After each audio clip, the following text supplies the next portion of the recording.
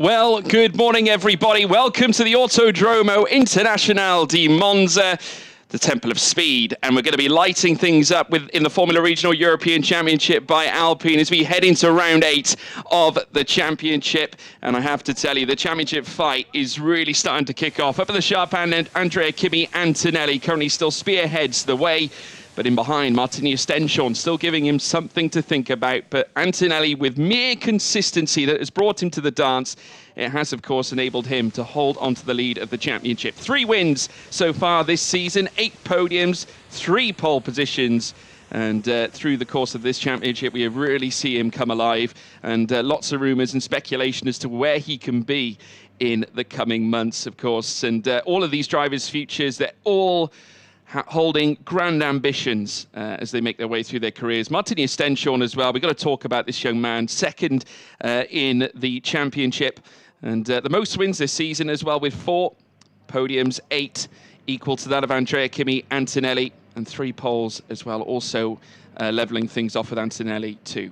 But RHGP with a stellar record here historically. They, of course, winning here twice. If you remember 2 seasons ago, they did manage to clamber up and take the big points at Monza.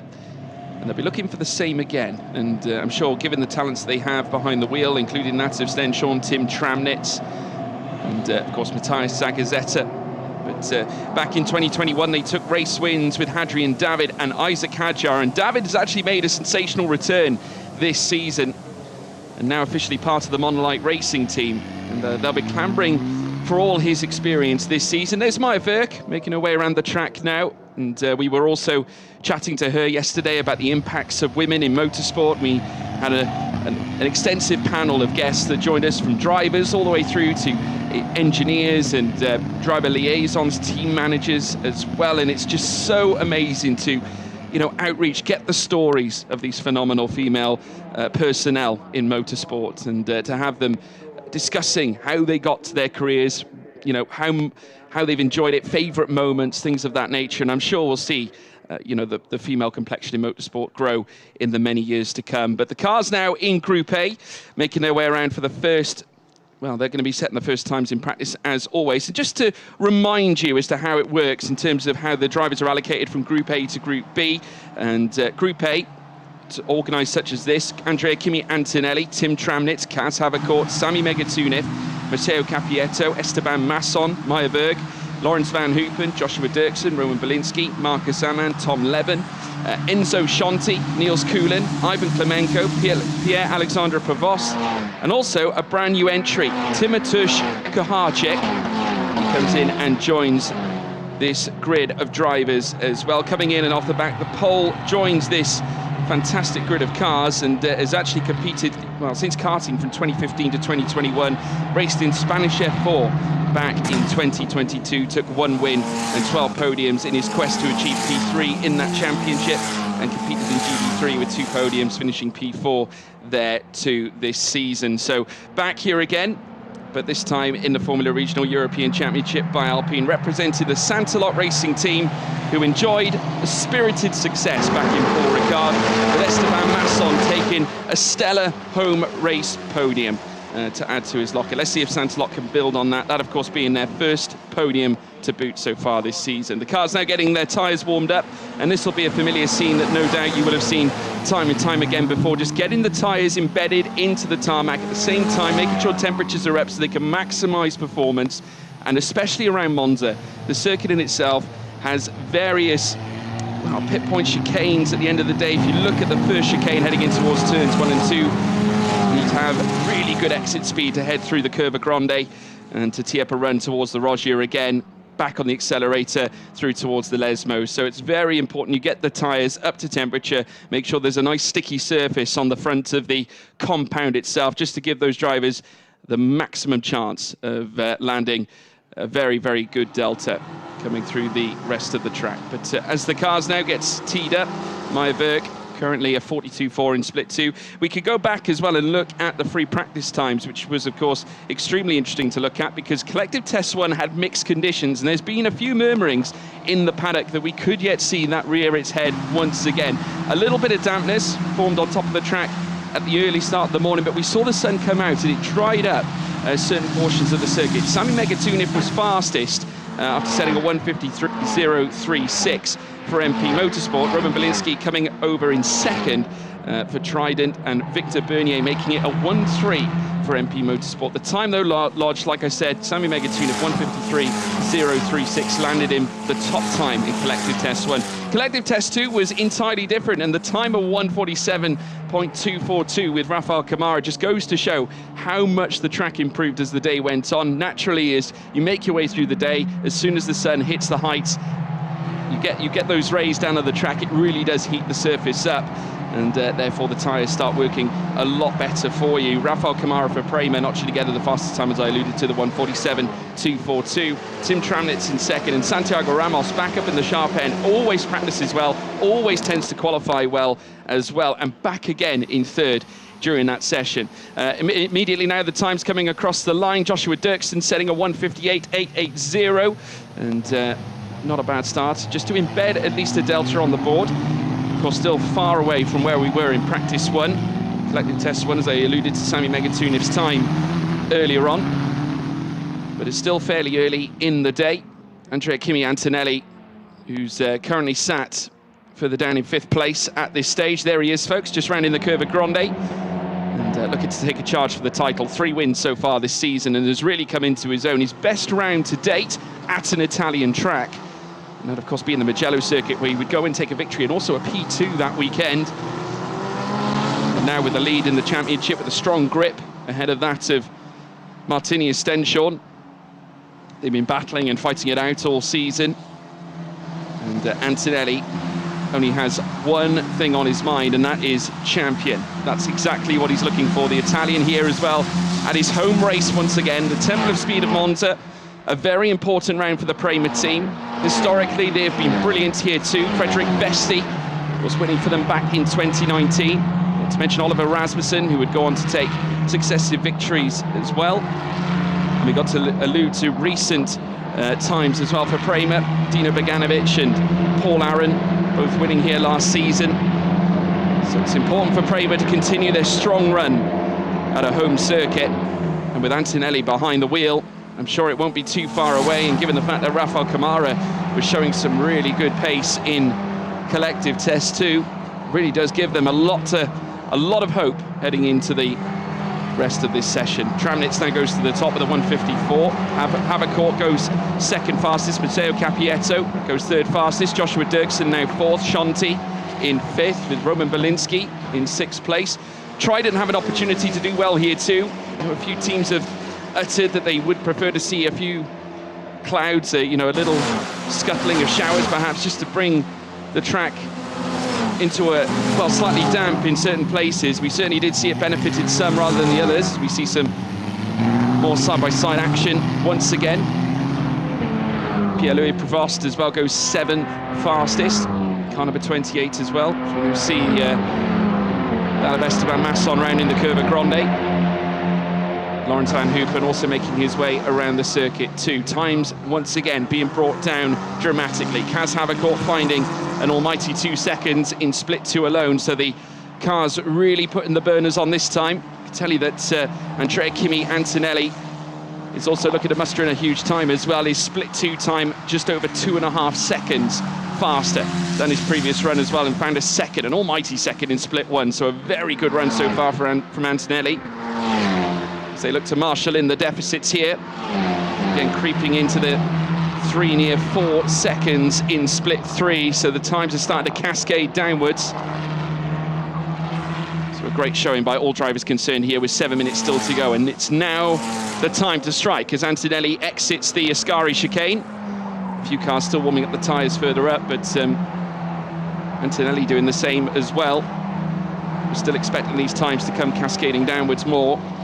A few cars already dipping into the 5-second improvements. We're looking at names such as Sami Megatunif, who went fastest in Collective Test 1. He's really shown a great deal of pace as well, as we see the times come across again. A 1:49.6 now at the very top from Tim Tramnitz. 1:49.8 from Kaz Havercourt. Now Capietto comes across the line himself, and of course heading through split 1, already finding half a second off his time. There's Tramnitz now, currently leads the way up at the top end. Remember, double winner back at Spain, We went racing at Barcelona. And RSGP, as I've said before, decorated in the Formula Regional European Championship by Alpine. They've certainly done a stellar job over the course of this season. Tramnitz, who's been a consistent podium scorer. His only 2 wins coming at Barcelona, and what a weekend it was for him as well. And his teammate Martin Stenchon would do a double at Hungaroring only a round later. But since then, Tramnitz scoring P2s twice at Spa, not to mention a third at Mugello. And he would score a P3 at Paul Ricard and at Austria in our last round at Spielberg, as Tramnitz now hurtles down the Seraglio straight. And now down into the Ascari chicane. He'll dip his toes in. Doesn't want to try and doesn't want to touch the gravel. That will, of course, hurt your chances. Tramnitz, though, finding a lot of time in the third sector here. Provost currently sat at the top end of things with a 1:49.229. So the gap now at 4.5 tenths between him and Tramnitz as they head in towards the Curva Alboreto. Tramnitz put his foot down now and already marshalling in the deficit that he requires. And I'm sure will burst the bubble of that 4.5 tenths of a second between him and Provost. Here comes Tramnitz across the line and goes fastest to 1:48.085. Already now getting closer and closer. Capietto fastest so with a 1:47.710. Joshua Dirksen improving as well. A podium scorer here this season too. Managed to gather one at Spa. Antonelli going, well, was second fastest, third fastest, but Marcus Amand, the Sauber Academy driver, now hits the front. Megatunif back in the top 2, and MP Motorsport, we heard the rabid cheers coming from that section on the pit wall last time out when we were at Red Bull Ring, and Megatunif might be here to bring them delight once again. Second fastest at this point. The time at the top, a 1:47.565. And we're getting closer to where we were in FP, or should I say Collective Test 2, as we now see the cars rumble through this next right-hander. Havercourt, we just saw it in picture as well. There is Matteo Capietto right behind him as well as they head down in towards the second Lesmo. And then down the Seraglio straight again. Already Marcus Amand on fire, 63 thousandths found in split 2. And Megatunif also finding 9 thousandths, but Maya Verg finding an almighty 10th plus in the second sector. 9 thousandths found by Matteo Capietto as well. Head through now the Ascari chicane. Kaz Havercourt, who has brought much success to the Van Amersfoort team here in the Formula Regional European Championship by Alpine, and is pushing, of course, for his place in Formula 3 for next season. And the Formula Regional European Championship by Alpine proven to bring some of the best drivers to the FIA feeder series. Of course, we've seen Gabriel Bortoleto win the championship recently. Of course, a graduate from this very championship. Tramnitz now goes second, 39 thousandths off the top of Marcus Amand. We've now got more cars coming across the line. Havercourt now up to 5th. We've got Josh Dirksen now 9th. Roman Belinsky moves up to 10th fastest, and Enzo Scianti in 12th as well. Very good qualifying so far for Marcus Amand. Antonelli now at the top as well as he comes across the line, a 1:47.258 for Kimi. And the Prema will now look to loft itself higher and higher. Could this be the qualifying session that puts him on the front row? Of course, remember, we do have Group B coming out afterwards, and as I said, going back to the explainer I mentioned, of course, earlier on, the championship decides the groups. In a sense, Group A is made up of Antonelli. Of course, remember, he's in P1 in the group. Tramnitz 3rd. So it's 1st, 3rd, 5th, so on, folks. That's what decides Group A. And then for Group B, it's P2, P4, P6, and so on. So that provides the grids for either group. And both groups will then, it'll be an inverted scenario when we head into qualifying 2 on Sunday morning. It'll be Group B heading out first, then Group A that will head out afterwards. That allows both groups then to benefit to having the warmer track when they head out as the second group. And Group B will have that benefit this time around, because Group A would have embedded the Pirelli rubber into the track, and at the same time it would have raised the temperature of the surface as well, as we're now seeing the cars make their way in towards the final section of this circuit. Kaz Havercourt, we're seeing him and Matteo Capietto together once again. Capietto just out by 50 thousandths, 500ths, if you want to be precise, heading up towards the line again now. And you'd imagine that this will be essentially their final run here. Cappietto going second fastest, a 47.493. Antonelli's time, incidentally, getting closer and closer to the fastest time set by Kamara in collective test 2. So we now see more cars come across too. Van Hoopen going third fastest. We alluded as well prior that getting that necessary coaching from his friend Nick de Vries has that experience helped him along this time around. Marcus Amand fourth fastest now, as we see Belinsky, who's looking to improve in the first sector split, just outside by 16 thousandths, but finds a great second split. 12 thousandths recovered from Belinsky. We've also got 94 thousandths for Cappietto, who looks to try and get closer to Antonelli's time. Antonelli not improving in the first or second split. 31 thousandths outside the window at this point, but Van Hoopen muscles in an extensive second split and a mighty second split from Marcus Amand as well. He's looking very dialed in, as is Tim Tramnitz. We're going to get a furious finish here as 10 seconds now remain here in the clock, the counter clock, before we bring a close to Group A, Q1 of qualifying. As now in they come now. We have got Kaz Havercourt heading through the Ascari chicane. He's going to tee up a run heading through towards the final corner before they venture down the straight, the Kerber Alboreto, formerly known as the Parabolica. And Havercourt, unfortunately, losing out on time at this point. He's very nearly half a second out in the third split. But there are two drivers improving. Marcus Amand finding time, but needs to find a mighty final sector in order to topple Kimi Antonelli. What an occasion this could be. Tim Tramnitz also marshalling in the improvements. 77 thousandths here at this point as they head down now towards the line.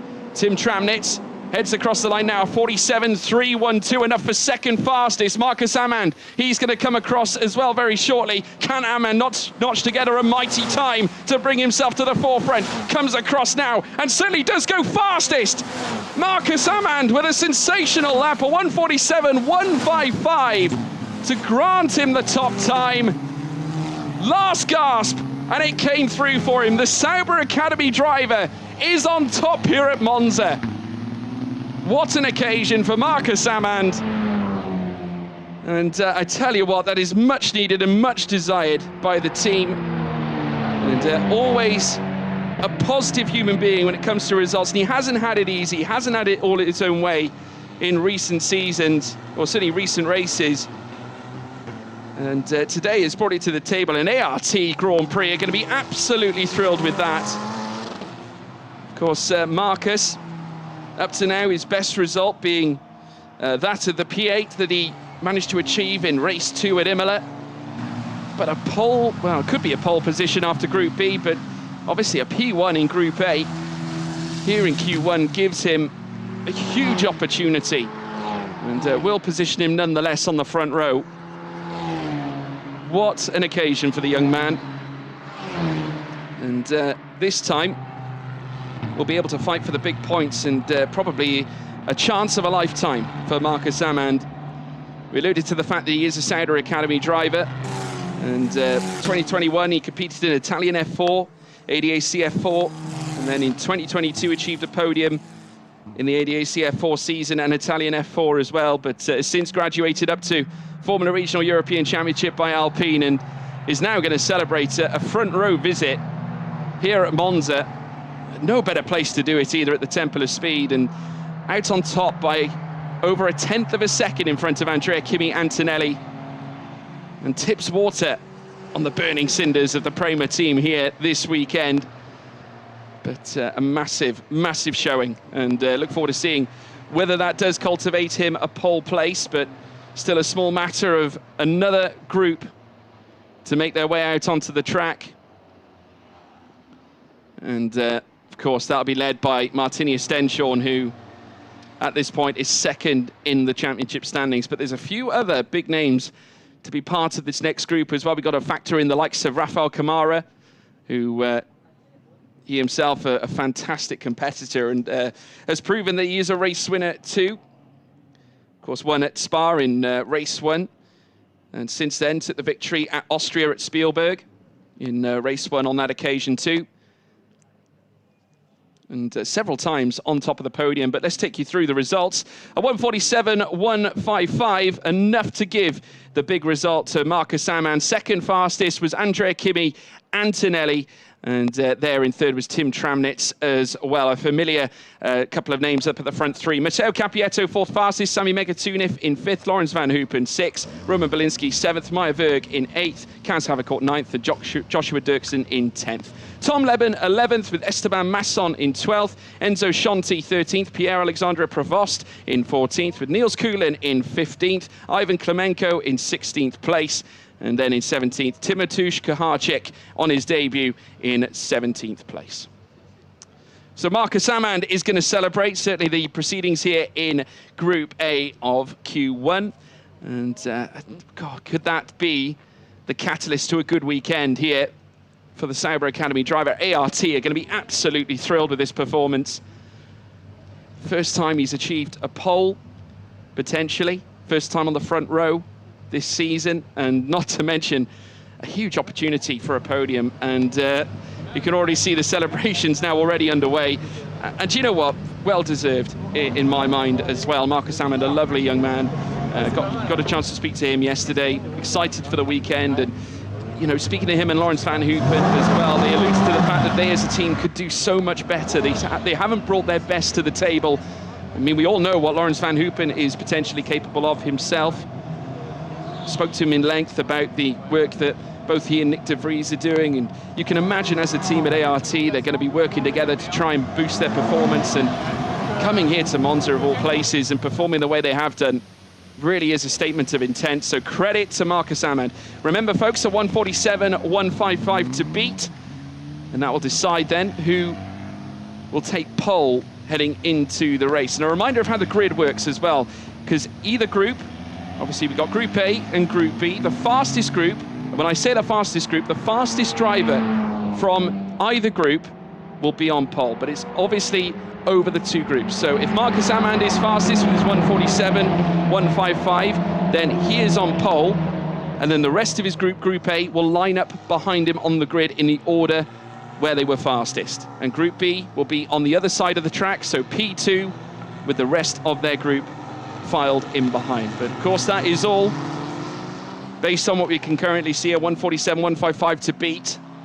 And you can imagine that Group B will be looking to do that in order to make sure that their group lines up higher than the Group A cars. But the big question is, who is going to be that driver?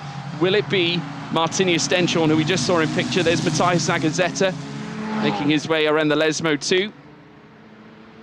And Giovanni Maschio heading down the straight before they then reach the Ascari chicane. Of course, they've got Hadrian David in their corner now at Monolite Racing. Could be a turn in the complexion here for Monolite. Can they marshal in a huge, huge qualifying session? Let's find out. Car number 34, we're currently seeing on screen, is Martini Stenchorn. Currently leading the Rookie Championship, second in the overall standings. 4 wins to his name this season. Took victory back at Imola in the opening round, and the shocks were on as he then scooped an impressive P2 in race 2 as well. Barcelona wasn't quite as good, but he then did the double at Hungaroring, taking victory in both races. Then a P3 at Spa in race 1 with Mugello bringing in victory, and then a podium P3 as they crashed across the line in race 2. Paul Ricard, podium P3 in race 1 on that occasion, and is now looking to try and marshal in some huge points to rein in the gap between himself and Antonelli. The gap between them currently sits at 33 points. And the points that are awarded to the drivers, obviously based on the Formula 1 Championship point system. So one win can make a huge difference to the complexion of the championship. So we've got Carlson now making his way around the track too. He's going to look to marshal in a good performance himself as well. One of the new blood that we've seen enter the championship. Quite a few new drivers heading through and joining the series this season, and coming towards the tail end, an opportunity for them to get ingrained into how the championship works and maybe set the tone for next season. We have, of course, got Noah Stromstead joining the RPM team as well. And there's his teammate. So we now see the cars. Santiago Ramos, who went third fastest in collective test 2. Very, very handy qualifier. He could be on show once again with another big display. But Rafael Camara, essentially the time to beat. Of course, he set, as we alluded to prior, 47.242. Marcus Aman's time did beat that of Santiago Ramos's time that he set in collective tests, so goes to show there is huge improvements on hand here in qualifying. There's Camara making his way through Ascari very shortly. Lorenzo Flusha, we saw in picture, making his way through as well. Big weekend for Prema. And Camara, the Brazilian, is going to look to try and notch his name on the top. But this time, we could be seeing a new face up at the sharp end. Very, very competitive lineup as we head into this one. Victor Bernier was also very, very fast over the weekend. MP Motorsport came back with a 1-3 in collective test 1. Of course, Megatuniv going fastest. Bernier was third fastest, with Belinsky separating them. Stenshorn immediately to the top. Time's not representative just yet, but Lorenzo Flusha now takes the time away from him.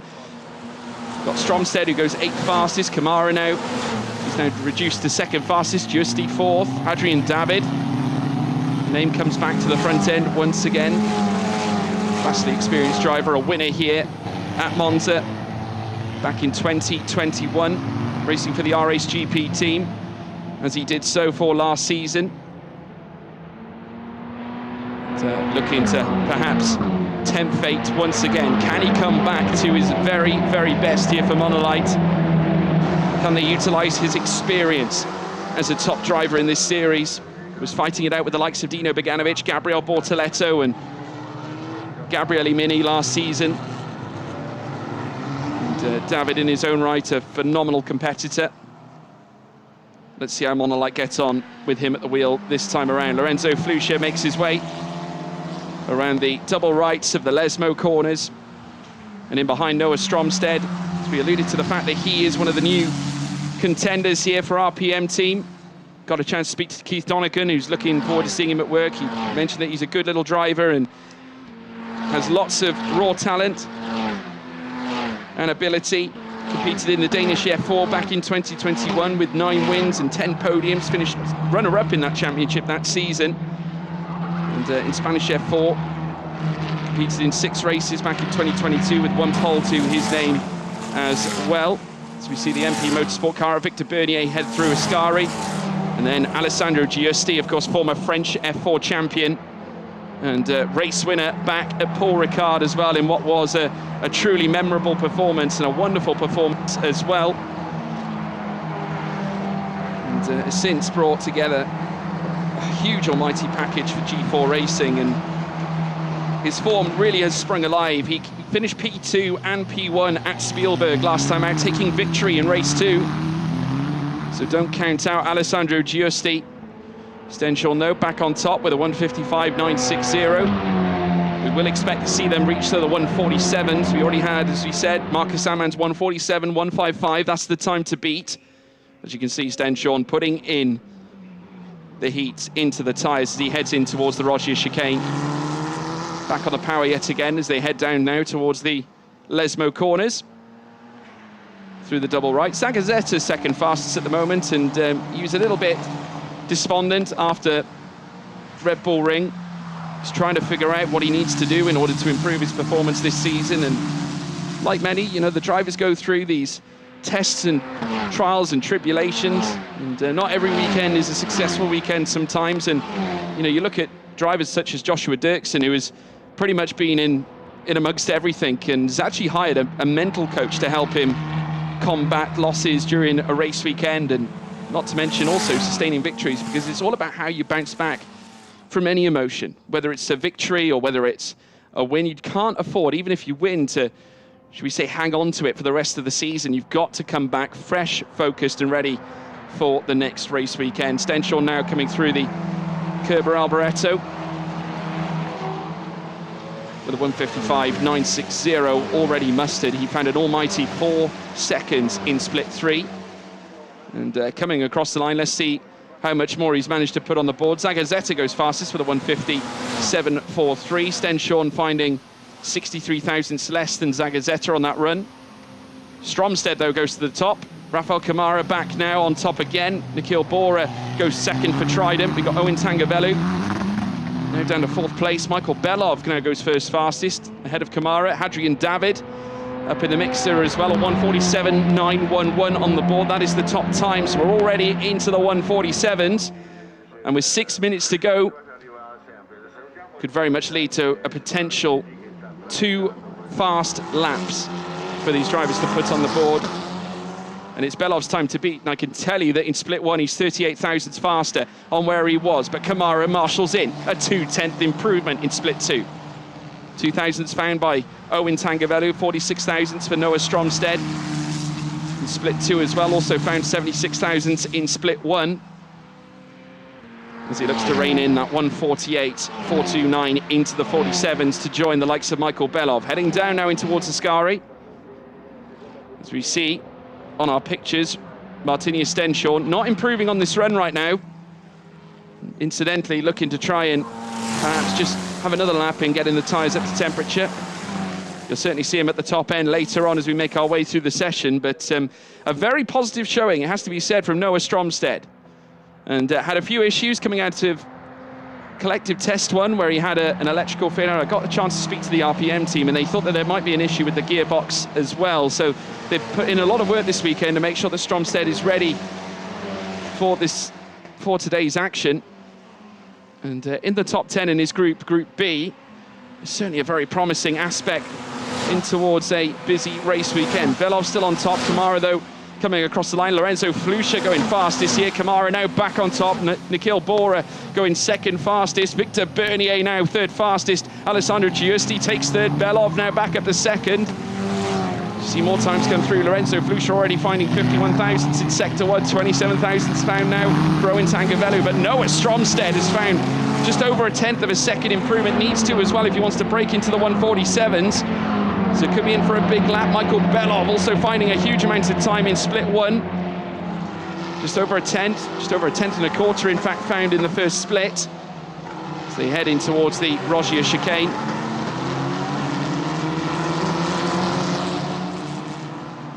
And what a weekend it could be for Prema. As we see Kamara currently tops the timing screens for now. 63 thousandths off now in split 2. No doubt will be trying to get his car dialed in and the tyres back together for one final dance around the circuit of Monza. With Kamara's time at 1:47.333.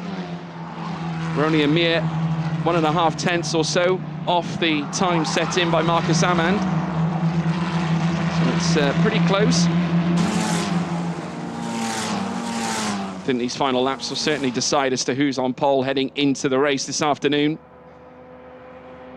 As they hurtle now down the straight towards the Kerber Alboreto. 41 thousandths off Michael Belov, and marshalled in a good first split, but the following 2 splits weren't so good. 88 thousandths off in sector 2, and then split 3 garnering a bit of a tricky 4/10ths off. But Alessandro Giusti's finding lots of time in split 2 and split 3. 2/10ths found already by Giusti as they look to head up towards the line now. Any improvements up at the sharp end? We'll certainly see Giusti come across the line in a moment. 1:51.689 there in top there for Kamara as he came across. Giusti now 3rd fastest and approximately 41 thousandths. And have a look at that, a mere fragment separated them all up at the sharp end. Belov now 41 thousandths off the top. Giusti still 2/10ths off in 3rd place, but not showing improvements in split 1. But Belov is 63 thousandths found by Michael Belov. Still Kamara out on top at 1:47.333. Currently holds the top time. We've got 2 minutes and 15 to go as the car's now heading towards the Rogier. We just saw there as well the Trident car hurtle its way through. Of course, Nikhil Bora currently sat in 5th place. Alessandro Giusti and G4 Racing after 2 successive wins in terms of what we saw back at Paul Ricard in a home race visit. That was a phenomenal effort by Alessandro Giusti. Lost a little bit of time in split 2 as he makes his way down the Seraglio straight. Nikhil Bora also attempting to try and rein it all back in as well, and you get the feeling that this is going to be them just teeing up the cars ready for one final run as the clock draws towards the final minute and a half. And there you can see Giusti utilising every aspect of the Ascari chicane, just trying to dial the car in as best he can. The Frenchman alludes to the fact that he is a former French F4 champion and managed to score that with 2 wins and 12 podiums to his name. A consistent young man behind the wheel, but can also bring the big results when called upon as well. Stenshall currently 10th fastest as he crosses the line, but it's now or never as the clock now strikes a minute. It's got to be now if they want to hit the top time, because after the timer goes to 0, there won't be any more laps mustered on the board. Giusti now on top here with a 1:47.270. Needs to find over a 1/10 of a second to try and launch himself to pole position if he wants to stay there. Kamara in second as well. They're all improving in split 1. The biggest improver is Owen Tangabelu. He finds just over a 1/10 of a second in split 1 as well. A mighty 47 thousandths from Kamara as well, as we see more from Noah Stromstead. 55 thousandths found in split 2. Losing time though, Nikhil Bora, a tough visit in split 2 for him, but a 1/10 of a second found by Kamara again, who went fastest in practice 2. Remember collective test 2 when he went to the top of that 1:47.242, but he's going to look to blast that away this time in qualifying. Noah Stromstead in his first visit, so impressive so far for RPM. 55,000 so far in split 2 found. Checkered flag has come down here towards the end of qualifying. Giusti still marshalling as much as he can. 2 thousandths now, improving on his opening, or certainly his fastest lap so far. Kamara has found nearly 2 tenths now. He is on a burner lap here, Rafael Kamara, the Brazilian, with a 1:47.333. He was on top with that time earlier on until Giusti came across and took it away from him. He's about to take it back, I think. Should he bring this one home? Giusti's lost time in split 3. Huge opportunity here for Kamara to upset the apple cart and also upset Marcus Amann by taking the pole position as he comes through the curber. Alboreto now for the final time in qualifying Group B. Heads up now towards the line. The car's now flashing across as now they register their final laps. Kamara to the top, and he will take pole. A 1:47.029. Ahead of Alessandro Giusti. More cars making their way through. Giusti in second, Michael Belov in third place. A few improvements were found, but Prema on top here at Monza. The Temple of Speed emblazoned in red as Rafael Kamara notches together a pole lap of a 1:47.029. And he'll be absolutely thrilled with that one. And that does mean that while he's on pole, the entirety of Group B will line up behind him. And what a front row that will be. Marcus Amann, take nothing away from the young man who takes a gallant front row spot. And, credit to him as well for that blissful performance. But Prema and team manager Dmitry Belzov is going to be absolutely thrilled with the showing that his team have put together. Rafael Kamara, who has shown to be sensational in championships, was runner-up in the championship in Formula 4 in the UAE back in 2022. Took 6 wins and 8 podiums that season. Italian F4, he finished 3rd in the championship with 2 wins and 10 podiums. A proven winner, a proven contender in the world of single-seater racing, and he'll cherish that result. Around a track such as this, so important to Prema, and has a chance to notch himself on the record books here in Formula Regional European Championship by Alpine, alongside that of Dino Beganovic, Paul Aron, the likes of Oliver Rasmussen and Frederick Vesti, as a winner here at Monza in a Prema car. 2 wins he's already notched together this season, as we alluded to, 4 podiums. This is his 3rd pole position, Rafael Kamara. So he now joins Andrea Kimi Antonelli, Martinia Stenshorn and Tim Tramnitz to secure his 3rd pole position. And it will, I'm sure, be one that he will cherish, being part of that fantastic collection of championship contenders. And a perfect follow-up as well from his stint in practice. The 1:47.242, well and truly blown away by just over 2 tenths of a second. And he'll make his way into Parc Fermé, I'm sure, to a very, very jubilant Prema team. Alessandro Giusti, I think, will be pleased too, after a successful run back at Spielberg, and you'll try and rise from the front end as well. So many opportunities for overtaking here at Monza. Given the fact that we have the chicanes, one mistake will be punished. Let's take you through the results though, folks. Rafael Camara notches together a pole lap, a 1:47.029, grants the Prema driver that. Alessandro Giusti in second, Michael Belov in third, Owen Tangavellu fourth fastest, with Victor Bernier in fifth. Noah Stromstead, very impressive on debut, sixth fastest. Nikhil Bora seventh. Hadrian David is welcome back with a P8. Lorenzo Flusha in ninth, Martinez Stenshorn in 10th. 11th is Santiago Ramos, Emerson Fittipaldi Jr. in 12th, Jesse Cascaredo in 13th, with Levante Ravesh in 14th place, Giovanni Maschio 15th, Matthias Agazetta in 16th, William Carlson finishes 17th place. So there we have it, folks. We will, of course, be bringing you racing action later on this afternoon, and we'll be getting started. Join us on the broadcast, of course, for that. We'll be at 3:45, so make sure that you're there as the marshals sweep up and be getting ready for the race. But a great chance here for Camara to try and bring himself yet another race win, and chasing a huge one at that as well. It will be his third race win should he notch it together, and he will draw level with his teammate and colleague Andrea Kimi Antonelli. But Stenshorn, who's looking to loft himself higher. But folks, tune in later on this afternoon as we go racing here at Monza.